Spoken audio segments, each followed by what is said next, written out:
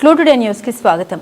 ముఖ్యమంత్రి రేవంత్ రెడ్డి గత అసెంబ్లీ ఎన్నికల్లో ఇచ్చిన మాట ప్రకారంగా కొడంగల్ను రెవెన్యూ డివిజన్ గా ప్రకటించి ఇచ్చిన మాట నిలబెట్టుకోవాలని తెలంగాణ ఉద్యమకారుల ఐక్యవేదిక జిల్లా అధ్యక్షులు ఎర్రన్పల్లి శ్రీనివాస్, జేఏసీ నాయకులు కుమ్మరి రమేష్లు పేర్కొన్నారు.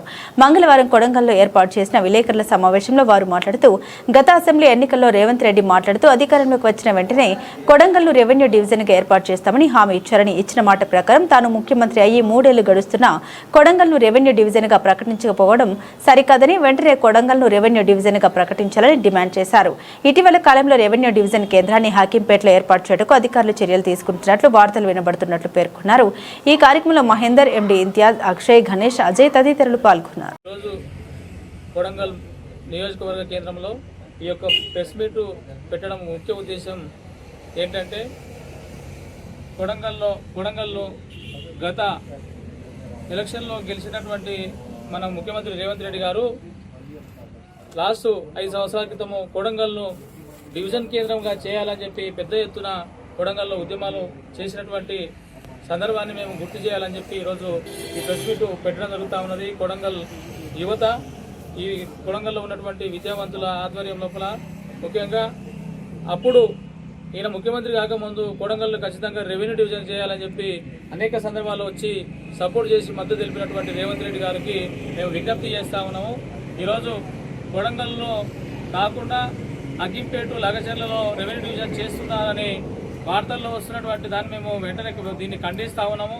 కాబట్టి కొడంగల్ డివిజన్ కేంద్రంగా ఇక్కడనే పెట్టాలి ఖచ్చితంగా. ఎందుకంటే ఇప్పటికే కొడంగల్లో మండలం అబ్బాయిపల్లి లోపల మెడికల్ కళాశాల, నర్సింగ్ కళాశాల ఇక్కడ పెడతామని చెప్పి భూమి తీసుకొని ఆ ప్రాంతానికి తరలించినటువంటి ఘనత మీకు దక్కుతూ ఉంది. కాబట్టి ముఖ్యమంత్రి గారికి ఇది కొడంగల్కి చాలా అన్యాయం చేసినటువంటి సందర్భం అది. దాంతో పాటుగా ఈరోజు మళ్ళీ ఈ డివిజన్ కేంద్రాన్ని కూడా అక్కడ స్థల సేకరణ జరుగుతూ ఉన్నది, చూస్తూ ఉన్నారు అని చెప్పి వస్తున్నటువంటి వార్తలను మేము ఖండిస్తూ, వెంటనే కొడంగల్ని మీరు డివిజన్ కేంద్రంగా అక్కడ తీసుకుపోతారు. రేపు అవసరమైతే కొడంగల్లో నియోజకవర్గ కేంద్రాన్ని హెడ్ క్వార్టర్ తీసుకుపోయి కూడా లగచర్లకే పెడతారా?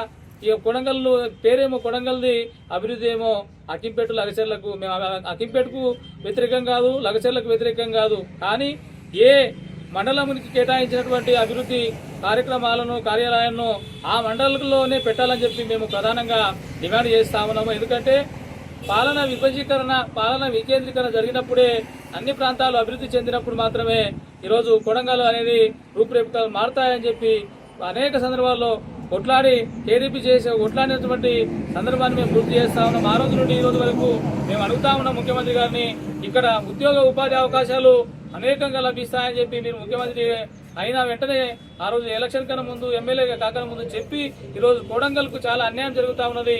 మళ్ళీ మరొక అన్యాయానికి తెరలేపడానికి ప్రయత్నం జరుగుతూ ఉంది. కాబట్టి ముఖ్యమంత్రి గారు దీన్ని స్పందించి వెంటనే కొడంగల్నే డివిజన్ కేంద్రంగా, రెవెన్యూ కేంద్రంగా ప్రకటించాలని చెప్పి మేము ప్రధానంగా డిమాండ్ చేస్తా ఉన్నాం. కొడంగల్ పట్టణాన్ని గత ఎలక్షన్ మూమెంట్లో రేవంత్ రెడ్డి గారు కొడంగల్లో రెవెన్యూ డివిజన్ కేంద్రంగా చేస్తానని చెప్పాను. గతంలో కేసీఆర్ ఉన్నప్పుడు ఎట్లా అంటే జిల్లాలో విభజనప్పుడు కొడంగల్కి అన్యాయం జరిగింది. నేను వచ్చినప్పుడే డివిజన్ కేంద్రం చేస్తాను, అంతా ఒకటే జిల్లాలో పెడతా అని చెప్పాడు. ఎలక్షన్ అయిపోయే వరకు ఇంతవరకు దాన్ని ఊసెత్తడం లేదు. మొన్న రీసెంట్గా చూస్తే అకింపేటలో భూసేకరణ చేస్తున్న ఆర్డీ ఆఫీసు, డిఎస్పీ ఆఫీసు అని చెప్పారు. ఇప్పుడేమో కొడంగల్కు అన్యాయం జరుగుతుందని చెప్పేసి ఖచ్చితంగా రెవెన్యూ డివిజన్ చేయాలి. ప్లస్ మెడికల్ కాలేజ్ విధంగా అన్యాయం జరిగింది, ఈ విధంగా నా కొడంగల్కు కొద్దిగా అభివృద్ధికి తోడ్పాటు చేస్తారని చెప్పి మనస్ఫూర్తి ఆశిస్తుంది.